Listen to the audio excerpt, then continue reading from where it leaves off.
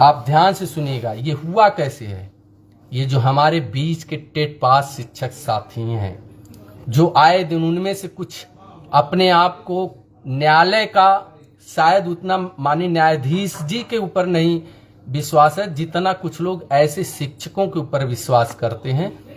जिन्होंने दिग्भ्रमित करने का काम किया। ये अफवाह फैलाई कि आप सरकार को पत्र लिखिए, कोर्ट में जाइए, इस सीटेट में बैठने के आप अधिकार मांगिए, व्यवस्था मांगिए, और उस झांसे में आकर कुछ शिक्षक साथियों ने किया। और उसका परिणाम है कि उत्तर प्रदेश में डायरेक्टर स्तर से पत्र जारी होता है कि ऐसे शिक्षकों को ये व्यवस्था दी जाए, उनको मार्कशीट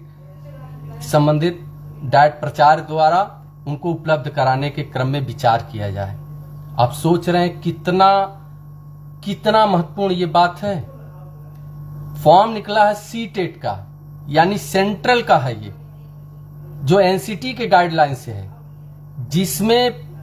प्राइमरी स्तर पर बीएड के शिक्षकों को भर्ती बैठने की कोई व्यवस्था नहीं, या इन सर्विस सेवारत शिक्षकों को उसमें बैठने की कोई व्यवस्था नहीं। लेकिन हम आप जबरदस्ती पैनिक किए हैं, उसके लिए ज्ञापन देना, उसके लिए सरकार पे दबाव बनाना, विभाग पे दबाव बनाना, और अंत में जाकर विभाग को मजबूर होकर पत्र जारी करना पड़ा। इस संदर्भ में आपने बहुत बड़ी गलती की है। ये जो आपने पैनिक किया ना, ये नोट जो आपने पैनिक किया ना, ये जब यूपी टेट आएगा, मैं ये यूपी के शिक्षकों के लिए विशेष कह रहा हूं, चूंकि काफी अध्ययन करने के बाद ये जब यूपी टेट आएगा ना, तब आपको पता चलेगा, जब आपको आंध्र प्रदेश की तरह अगर सरकार कहीं बाध्य कर दे, तब आपको पता चलेगा कि कितना गलत काम आपने किया है।